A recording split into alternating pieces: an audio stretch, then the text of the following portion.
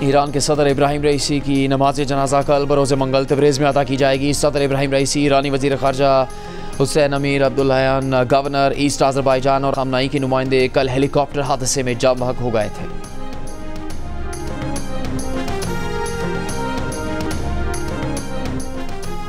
Senator Faisal Wardha ने कहा है कि वो अपने दावे पर कायम है कि 9 मई के वाक़यात की मनसूबाबंदी में जनरल फैज़ मुलविस हैं। प्रोग्राम कैपिटल टॉक में गुफ्तगू करते हुए कहा कि जब 9 मई का केस खुलेगा तो वो सबूत पेश करेंगे।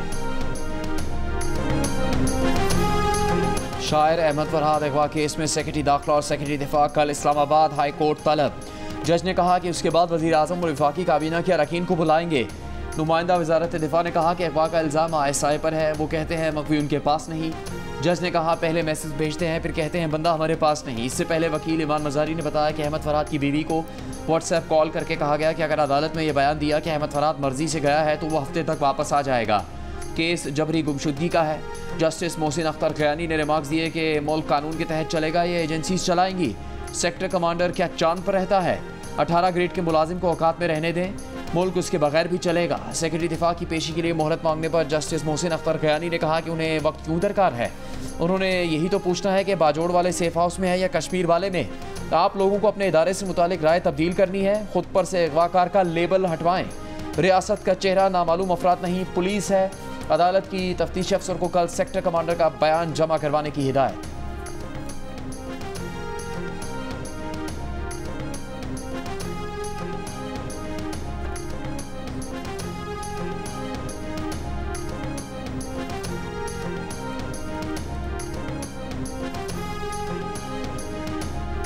अहमद फरहाद की गुमशुदगी के बाद मुकदमा इस्लामाबाद हाई कोर्ट में है। मैटर सब जुडिस है। मैं बहुत ज़्यादा बात नहीं करना चाहता, लेकिन मैं ये ज़रूर ये बात करना चाहूँगा कि आज मुझे भी तकलीफ़ हुई है जिस तरह के रिमार्क्स रिपोर्ट हुए हैं मीडिया में। ये कहना सेक्रेटरी सारे आ जाएं, वो नहीं सेटिस्फाई करेंगे तो फिर अफवाज पाकिस्तान के जो सीनियर अफसरान हैं वो आके खड़े हों। आइन उसके बारे में बड़ी डिफरेंट उसकी तशरीह है आइन की और कानून में लिखा गया है। वो नहीं आते, वो सेटिस्फाई नहीं करेंगे तो फिर हम वजीर आजम को यहाँ पे बिठाएंगे और फिर पूरी काबीना को यहाँ पे बिठाएंगे।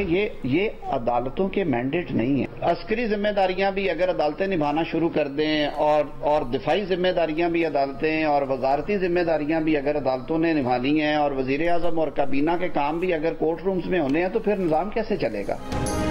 अगवा के केस में वजीर आजम और काबीना अरकान की अदालत तलबी की बात जज का मैंडेट नहीं। वजारत दिफा कह चुकी है कि अहमद फरहाद उनके पास नहीं है। वजीर कानून आजम मजीद तारर की नाम लिए बगैर इस्लामाबाद हाई कोर्ट के जज जस्टिस मोहसिन अख्तर खयानी पर तनकीद। कहा रिपोर्ट हुआ कि काबीना को यहाँ बिठा देंगे। ये पार्लियामेंट की अहमियत को कम करना है। हर इदारा अपने दायरे कार में रहकर काम करे। मुनसिफ वैसे भी बहुत तहम्मुल मिजाज होता है। तहम्मुल और बर्दाश्त से आईनी जिम्मेदारियां अदा होंगी तो मामला हल होंगे। अगर अस्करी और दिफाई जिम्मेदारियां भी अदालतों ने निभानी है तो निज़ाम कैसे चलेगा? जैसे रिमार्क्स रिपोर्ट हुए उससे तकलीफ हुई। शायर अहमद फरहाद की बाजियाबी के लिए पुलिस की मावनत की जाएगी।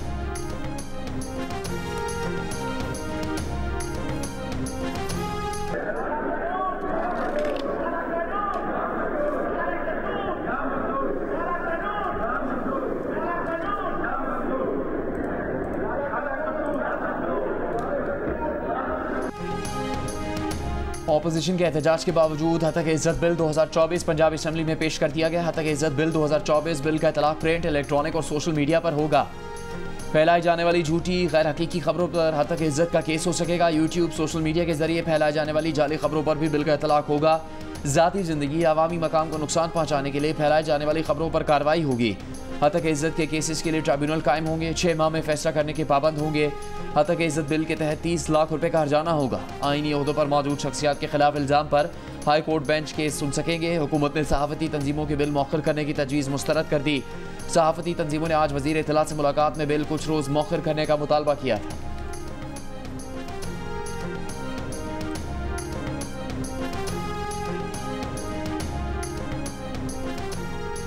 पंजाब असम्बली में पेश करदा हतक इज्जत बिल 2024 के खिलाफ सहाफती तंजीमों का एहतजाज।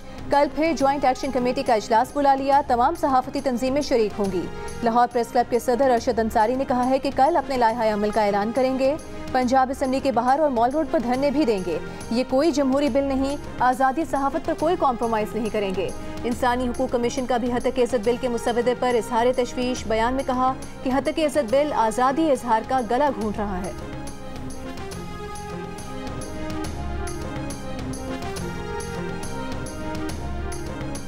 बानी पीटीआई मजीद 2 मुकदमात में बरी। बानी पीटीआई शेख रशीद और फैसल जावेद लॉन्ग मार्च तोड़ फोड़ केस में बरी। अली नवाज अवान, शाह महमूद कुरैशी, कासिम मसूरी, राजा खुरम नवाज भी बरी। थाना कोसार में बानी पीटीआई दीगर पर दफ़ा 144 की खिलाफ वर्जी और तोड़ फोड़ का मुकदमा थाना कराची कंपनी में दर्ज था।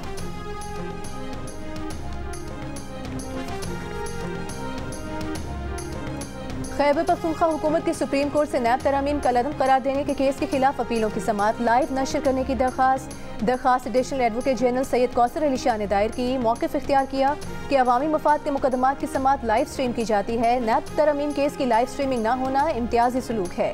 समाअत बराह रास्त नशर करने का हुक्म दिया जाए।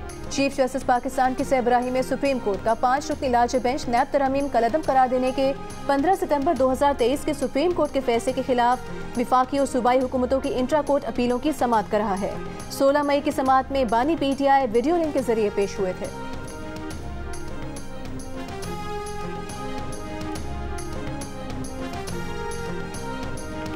जस्टिस काजी फायज ईसा ने तोहफे में मिला कीमती कलम तोशा खाना में जमा करवा दिया। चीफ जस्टिस ने कीमती कलम वज़ीर आज़म की मंजूरी के बाद सुप्रीम कोर्ट म्यूजियम में रखवा दिया। राबता आलम इस्लाम के सेक्रेटरी ने कीमती कलम चीफ जस्टिस को अप्रैल 2024 में तोहफे में दिया था।